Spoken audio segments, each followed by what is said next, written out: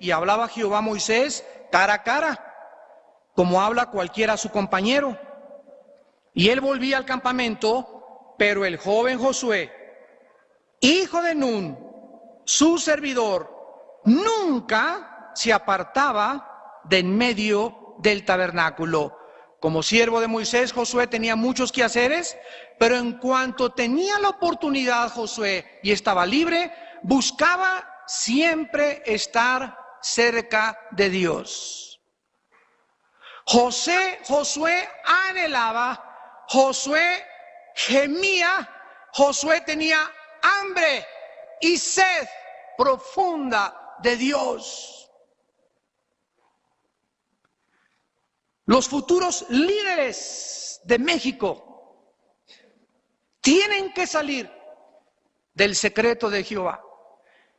Los futuros líderes de México en la política, en el área científica, en el área espiritual, tienen que salir de hombres que tenían comunión íntima con Dios.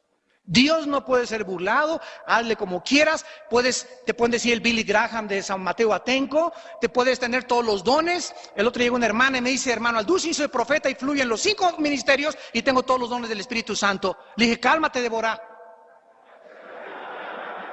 Bueno, hay tanta gente, ¿verdad?, que vemos y que tienen, y muchos son verdad, ¿no? Y muchos, claro que hay mucho orgullo, hay que aplastarlos, ¿verdad?, mandarlos primero a lavar los baños, antes darles un puesto en la iglesia, etcétera, etcétera.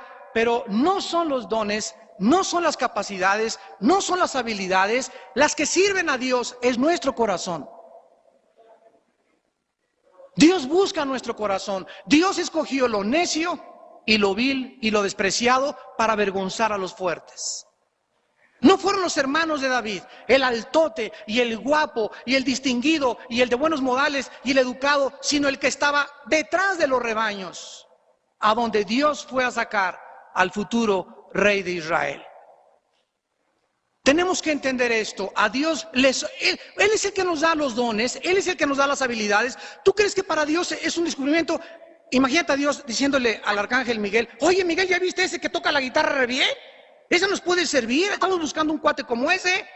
Pues ¿sabes qué? ¿Quién le dio la habilidad de tocar la guitarra? Dios no puede hacer eso. Oye, ¿ya viste ese que bien predica? Ese puede ser mi Billy Graham de la colonia Roma. ¿Sabes una cosa? Es Dios el que te dio lo que tú tienes. Para Dios es facilísimo dar. Para Dios es increíblemente fácil hacer y crear. El proyecto más difícil de Dios es cambiar la mente humana. 40 años en el desierto y Dios fue fácil. Ahí están los faisanes, ahí están las golondrinas, ahí está el agua de la roca, ahí está. Era facilísimo los milagros, pero Dios no pudo, ni iba a violar tampoco la característica más grande que Dios nos dio. Mañana voy a hablar de eso, el dilema del mal. Pero cuando Dios respetó a los judíos y los dejó 40 años, nos enseña una gran lección. El proyecto más difícil de Dios es cambiar nuestra manera de pensar. Porque Dios no te va a forzar a que sigas cambiando. Es que en mi familia fue secota y mi papá fue seco y nunca me dio un beso y por eso no puedo abrazar a mis hijos. Pues quítate lo seco y cambia la personalidad y deja de ser como tu padre, porque si Dios no está transformando y revolucionando tu vida, entonces ¿qué cristianismo estamos viviendo? El cristianismo de nosotros es un cristianismo de poder del Espíritu de Dios. Y si mi vida no cambia más, si no soy más amante con mi familia, si no soy más honrado, si no soy más íntegro, si no estoy subiendo y subiendo y subiendo y subiendo, no puedo yo creer realmente que sea cristiano. No podemos quedarnos en el desierto. Ahí se quedaron sus cuerpos muertos. Y en último lugar, en Éxodo 24, encontramos el círculo íntimo de Dios. Éxodo 24, versículos del 15 al 17.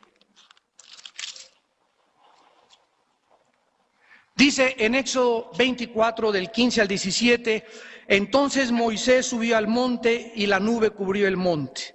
La gloria de Jehová reposó sobre el monte Sinaí y la nube lo cubrió por 6 días.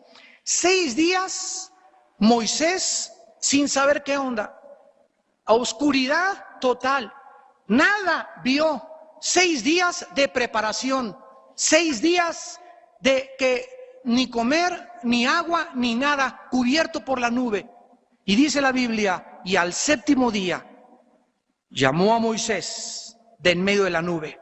Y la apariencia de la gloria de Jehová era como un fuego abrasador en la cumbre del monte, a los ojos de Israel. Miren ustedes que lo que estaba pasando ahí arriba lo podía ver el pueblo, pero solo el que estaba con Dios experimentó la intimidad con Dios. Y entró Moisés en medio de la nube y subió al monte, y estuvo Moisés en el monte 40 días y 40 noches.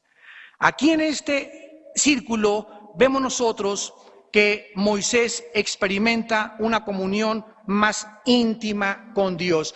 ¿Qué intimidad puede ser más grande que mirar a Dios cara a cara? Ahora, ¿hay alguna incongruencia cuando decimos que la Biblia miró cara a cara y dice en 1 Timoteo y dice en otros pasajes de la Biblia que nadie ha visto a Dios? No hay ninguna incongruencia, porque más adelante Dios, lo vamos a ver, le dice a Moisés, voy a pasar por la peña y verás mi espalda, pero no verás a mí. Cuando dice cara a cara significa que era tan clara y tan audible la voz de Dios con Moisés, que aunque Moisés no veía la esencia de Dios, se podía decir que estaba viendo a Dios, como el ejemplo que te voy a dar. Yo tengo un espejo aquí y te pregunto, ¿me estás viendo? ¿Qué me contestas en una bitácora científica? Pregunta, ¿se puede ver mi rostro? Y tu respuesta es sí. Y yo te contesto, pues no, porque tenemos que aclarar como en los términos jurídicos. Tú puedes decir, yo veo mi cara, pero es un reflejo de mi cara.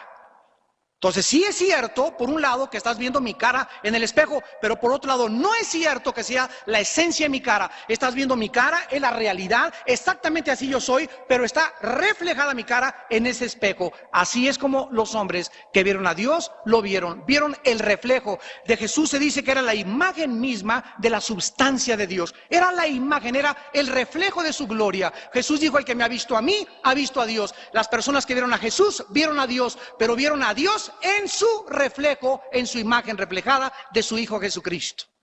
No vieron la esencia, porque nadie puede ver la esencia en esta vida. En segundo lugar, Moisés compartió los caminos de Dios. Dice Éxodo 33, versículo 13. Éxodo 33, versículo 13. Ahora pues le dice Moisés a Dios, si he hallado gracia en tus ojos, te ruego que me muestres tu camino. Fíjense ustedes, antes fue la gloria, el pueblo vio la gloria, y el pueblo de Dios, en la época que vivimos, quieren ver. Gracias a Dios por los milagros, gracias a Dios por los paralíticos, gracias a Dios por los tumores que desaparecen al tocarlos con el poder de la palabra de Dios, pero no podemos basar nuestra vida y estar continuamente buscando esas experiencias, campañas de sanidad, caídas al suelo, aspectos, cosas sobrenaturales, porque mi vida cristiana no la puedo basar yo en eso. Todo eso es maravilloso y es bonito, pero yo no puedo mi vida basarla en eso, porque la vida cristiana no tiene su fundamento en eso. La vida cristiana tiene su fundamento en la palabra. En la palabra. A la palabra, a la ley, al testimonio. Y siempre será en la palabra. Las experiencias pasarán los vientos tempestuosos, gloria a Dios por todo eso, pero al final, ¿con qué me quedo? Dice el Salmo 11, si los fundamentos fueren quitados, ¿dónde quedará el justo? Y el fundamento es la palabra de Dios. Entonces, mi vida cristiana aquí tiene que depender de mi voluntad. He hecho el compromiso de tener una relación íntima, diaria con Dios, y estar con Dios en la mañana, de 4 a 5 de la mañana, o de 5 a 6, o de 6 a 7, o de 6 a 8, a la hora que tú quieras, pero mi vida no va a girar alrededor de mis negocios, ni de mi familia. Mi vida va a girar alrededor de Dios. Busquen primero, número 1, el reino de Dios, y todo lo demás yo se los doy, dice el Señor. Hermanos, ¿es difícil de entender esto? Es difícil, se necesita hacer un compromiso. Es todo lo que requiere nosotros. Segunda de Pedro 1:10, hagan firme su vocación y elección. Y muchos de ustedes no lo han hecho. Ya tienen años vagando y van de congreso